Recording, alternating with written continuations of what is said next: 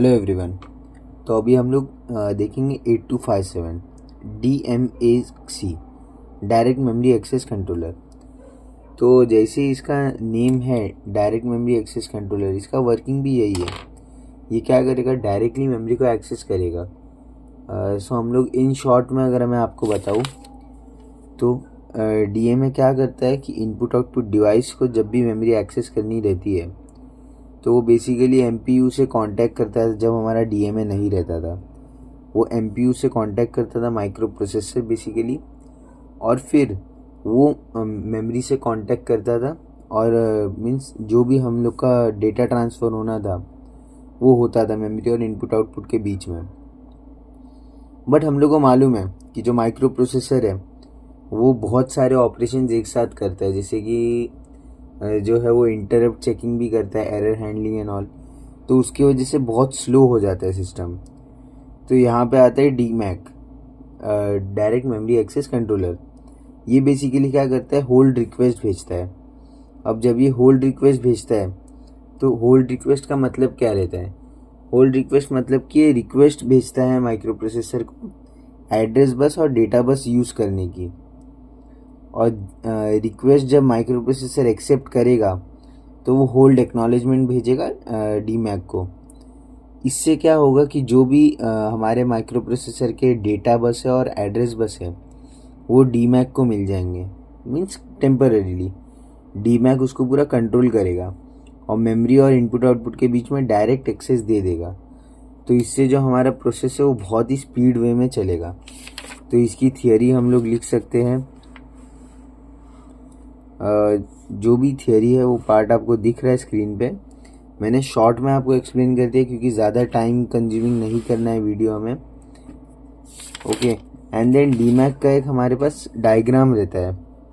DMAC का diagram रहता है, डिस्क्रिप्शन में एक लिंक रहेगी क्वेश्चन बैंक सॉल्यूशन की, उसमें पूरी थियरी के साथ है हर एक चीज़ का एक्सप्लेनेशन। बट वीडियो में बताना ज़्यादा कन्वीनियंट रहता है ताकि आपको समझ जाए कि एग्ज़ाम में लिखना कैसे है।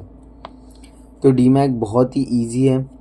इसमें क्या है, हम लोग को सबसे पहले 4 बॉक्सेस बनाने हैं और यहाँ पे 3 बॉक्स रहेंगे, data bus buffer, read write logic और control logic and mode set register. तो ये 3 बॉक्सेस हमारे रहेंगे और बीच में एक हमें बस बना देना है, बस बनाना है और यहाँ पे हमें प्रायोरिटी रिजॉल्वर। अब इसके कनेक्शंस आपको बहुत कॉम्प्लिकेटेड दिखेंगे बट आई अश्योर यू कि बहुत ही इजी कनेक्शंस है।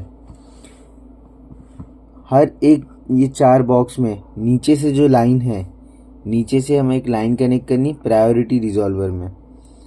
प्रायोरिटी रिजॉल्वर में हर एक लाइन आएगी। नेक्स्ट ये प्रायोरिटी रिजॉल्वर में ये लाइन आई, फिर हम लोग क्या करेंगे, कंट्रोल लॉजिक और रीड राइट लॉजिक, ये दोनों से भी एक लाइन आएगी। हमें इतना याद रखना है कि हर एक बॉक्स में 3 लाइन्स आएगी। नंबर ऑफ लाइन्स जो कनेक्ट होगी वो 3 लाइन्स रहेगी।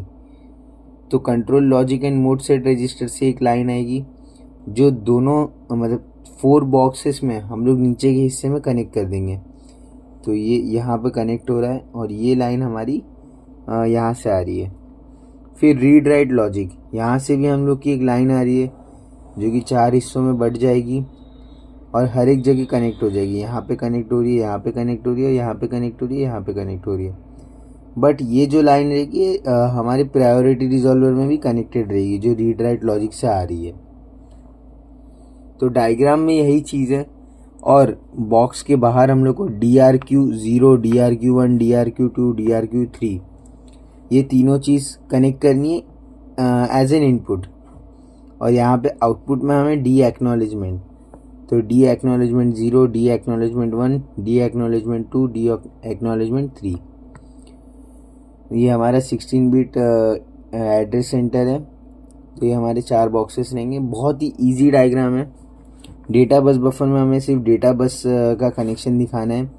फिर रीड राइट लॉजिक में हमारे पास input output read, input output right,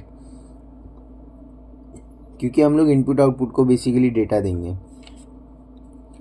फिर क्लॉक है, फिर रीसेट है हमारे पास, फिर A0, A1, फिर A2, A3, A0, A1, A2, A3, फिर A4, A5, A6, A7 हमारे नीचे वाले बॉक्स में आ जाएगा। तो A0 से A7 आएगा, हमें याद रखना है। पहले केस में 4 आएंगे, नीचे केस में 4 आएगा। फिर नीचे और भी पिन है हमारे पास, रेडी है। फिर बाद में HRQ है। फिर बाद में HRQ मतलब होल्ड रिक्वेस्ट। फिर हमारे पास HLDA है, HLDA मतलब होल्ड एक्नॉलेजमेंट। फिर हमारे पास मेमोरी रीड है, मेमोरी राइट है। AEN है, ADSTB। इसके बारे में हमें कुछ एक्सप्लेनेशन नहीं लिखना है, जस्ट हम लोग को डायग्राम याद करना है, बना लेना है। तो नीचे डिस्क्रिप्शन में जो नोट्स की लिंक है उसमें डायग्राम एकदम क्लीन वे में है, तो वो आप रिफ़र कर सकते हो।